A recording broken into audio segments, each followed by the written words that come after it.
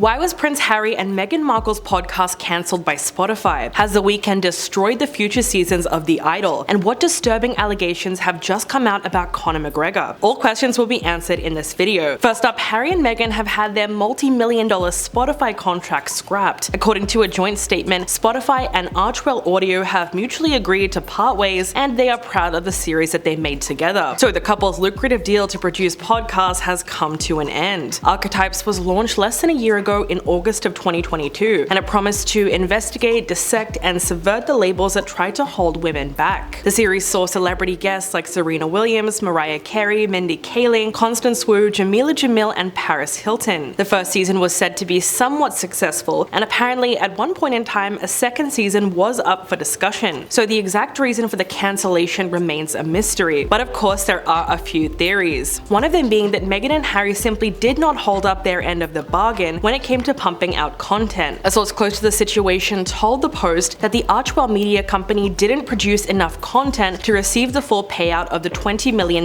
deal. Spotify was also said to be unhappy at the pace in which the couple were working to create these episodes. Since signing the deal in December of 2020, they failed to produce any solid programming until the Archetypes podcast 2 years later. The series was off to a great start in its early days, and it reached the #1 spot on Spotify's charts at one point in time, but it eventually slowed down and dropped to 22nd place by the final episode, which was released in November. Even though it wasn't the most popular podcast out there, Meghan did receive a Gracie Award for it, which is a gong that celebrates programming made by women, for women, and about women. In the 9 months since the final Archetypes episode aired, there has been no word from either party on what listeners can expect in the future, although a spokeswoman from Archwell Productions said Meghan is continuing to develop more content for the Archetypes audience on another platform. The cancellation also comes at an awkward time for the podcasting industry, which has been experiencing slowing growth and increasing competition. Apparently, the number of new podcasts launched in 2022 was down by 80% from 2021. Spotify is also competing against platforms like Amazon, Google, and Apple just in that same sector. Not only that, but the company is restructuring its entire podcast arm at the moment. Earlier this month, they announced that they would be cutting 200 jobs as a part of a strategic realignment. The move also laid off another 600 employees at the beginning of the year, and they fired the executive who signed the deal with Harry and Meghan. Spotify lost a whopping $600 million last year because they failed to see strong returns on all of these high-profile celebrity podcast deals. A spokeswoman from the company has since insisted that the recent layoffs had nothing to do with their decision to end the deal with Harry and Meghan, but it would make a lot of sense if the two things were connected. At the end of the day, their platform is bleeding millions of dollars, so they're going to seriously reevaluate where they're spending their money and start axing the projects that are just not giving them good returns for their investment. Although they called it a mutual decision, there is no doubt that the couple will be feeling some type of way about Spotify's announcement. Not only were they getting $20 million per season, but Meghan seemed to be very proud of the episodes that she had created. She called the podcast a labor of love on the Archwell website and wrote about how much she loved digging her hands into the process, sitting up late at night in bed working on the writing and creative. She said, "I love digging deep into meaningful conversation with my diverse and inspiring guests, laughing and learning with them." When the deal was first announced, Harry and Meghan released a joint statement saying, "What we love about podcasting is that it reminds us all to take a moment and to really listen, to connect with one another without distraction. With the challenges of 2020, there has never been a more important time to do so, because when we hear each other and hear each other's stories, we are reminded of how interconnected we all are." At the time, Spotify released their own statement heaping praise on the couple. They said, "The Duke and Duchess of Sussex may live in California, but the power of their voices rests in their status as citizens of the world. We are proud to partner with the Duke and Duchess, and we look forward to listeners hearing directly from them and the other creators that they will be elevating via our global platform." So clearly their podcast sounded very promising at first, given that Meghan and Harry had gained a lot of public interest and could generate hype no matter what they decided to do. But in this particular case, they were just not able to keep up that momentum beyond the first couple of episodes. So if you did watch Archetypes, do you think it deserved a second season? Let me know in the comments below. And now this drama with HBO's The Idol just keeps getting worse. It's now been reported that The Weeknd is not planning a second season after escalating backlash over the show's outrageous sex scenes. After only 2 episodes, the series has been slammed as comically bad. Ratings for the second episode fell by 12% or more than 100,000 viewers, all from its premiere on June 11th. You don't have to scour the internet to realize that reviews are terrible. It's literally everywhere. The Guardian referred to the series as an an example of nauseating, hateful TV, saying Sam Levinson's miserable drama despises its characters and its audience. What an utterly grueling exercise in reveling in a protagonist's pain. Whereas British GQ reviewed the second episode and said that it contained the worst sex scene in history. Aside from these reviews, there are also new reports coming out alleging that The Weeknd had egomaniac behavior on set. One show source told Page Six that working with him in character as Tedros was not an ideal experience, and not one that they would be eager to repeat. Even the star of the show, Lily Rose Depp, admitted that there were times when she would steer clear of him while he was in his zone. In terms of the show getting renewed for a second season, everyone seems to be saying something different. On the one hand, it's been claimed that it was never meant to be a long-running show. It was always a limited series. Although a source inside HBO said the door is definitely still open and a decision hasn't been made yet, but this is a normal part of their process because they're only 2 episodes in. They said the only person who makes the decision is the head of HBO, Casey Bloys, and he is optimistic. The source added that HBO was not shocked by the viewer reactions because it's a Sam Levinson show, and they always knew what they were getting with Sam Levinson. They insisted that it was meant to be a huge show for Max because it's their first major series on there. Quote, it was a big show for them with big talent and a lot of buzz. But from what I heard, HBO knew it was a bit of a turkey as soon as they saw it. But now you have all the headlines and that kind of makes up for it. That is the one thing that The Idol has going for it, because all of these negative headlines are still headlines at the end of the day. And that's the part that The Weeknd is very happy with. In a recent interview with GQ, he talked about the reactions to the show and claimed that he was loving it. He said, it's definitely shaken up the culture for sure. We knew we were making something dark and controversial, but true to what we want to say. In terms of all the criticism, he said the discussion is healthy no matter what, and he's just happy that there's a conversation happening in the first place. So that's definitely one way to look at it. He also addressed that one particular sex scene in season 2 which has been mocked relentlessly online. Around 40 minutes in, Lily Rose Depp's character Jocelyn and his character Tedros head into her bedroom, where he blindfolds her and positions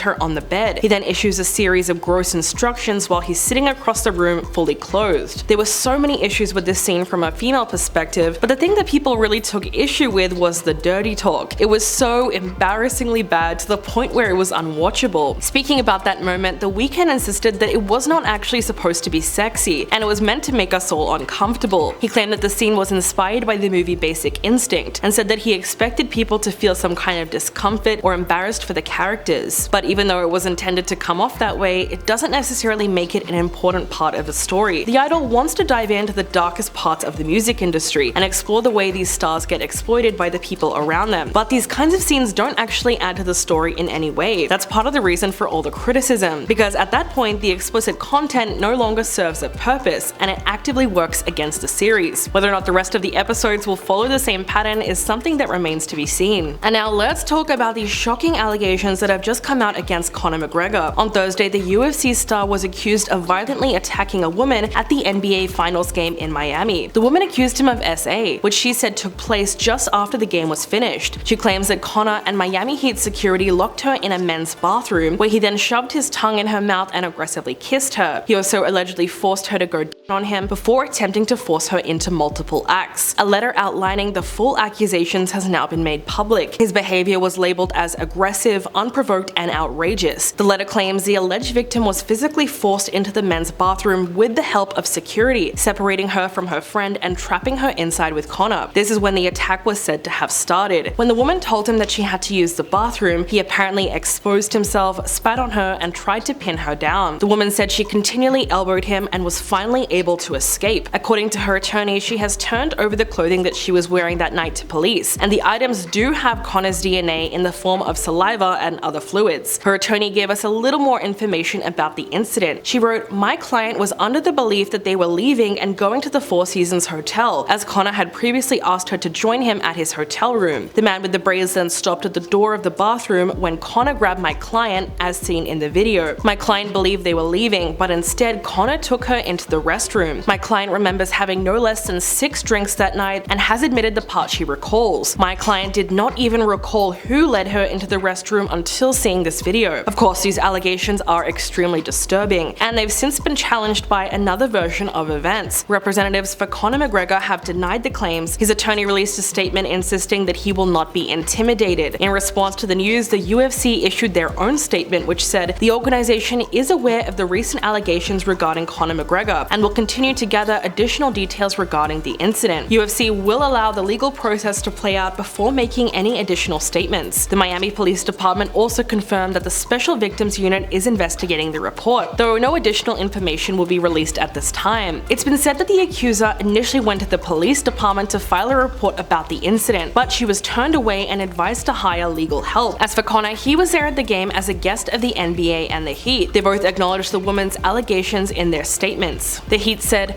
"We are aware of the allegations and are conducting a full investigation. Pending the outcome of the investigation, we will withhold further comment." The NBA said it was working with the Heat to gather more information. But it's worth noting that Conor has been accused of SA 4 times outside of the US, although he hasn't faced any legal punishment, and at least one of those cases was dropped. In March of 2019, he came under the investigation of Irish police after he was accused of attacking a woman in a Dublin hotel. He was later arrested in Corsica in September of 2020 on suspicion of SA and indecent exposure, which was connected to a separate incident that year before. So what do you guys think about this story? Please let me know in the comments below, and I'll catch you all in the next video.